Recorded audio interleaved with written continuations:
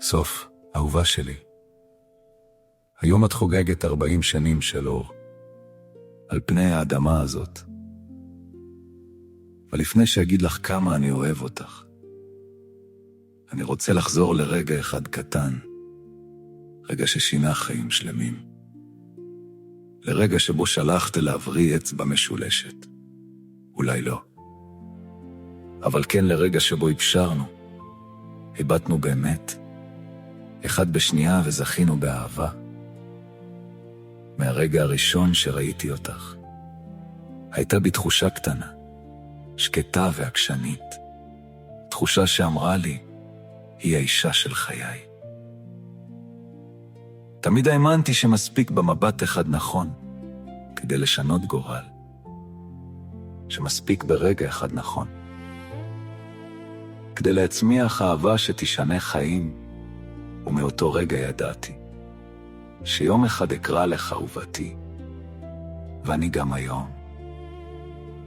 כפי שהייתי ביום הראשון שבו ראיתיך, עדיין מודה ליקום על הרגע שבו. בחרנו לשוט לעבר השקיעה, ולצעוד יחד אל החיים המשותפים שלנו. יש אנשים הרואים את הזמן חולף, אני רואה את הזמן, מלטף אותך בעדינות, לא גוזל ממך דבר. חושף עוד ועוד שכבות של חוכמה, של עומק, של יופי, של אור מנצנץ, ושל אהבה שאין לה גבול. לא יכולתי לאסוף את כל מילות האהבה שנכתבו מאז ראשית העולם. עדיין היו חסרות לי המילים לתאר את אשר אני חש כלפייך, אהובתי. אני מעריץ אותך, אני מעריך אותך ואת כל פועלך. בישה שאת, במי שאת, בכל מה שאת מייצגת. אני אוהב את היתרונות ועדיין לומד לחיות עם החסרונות.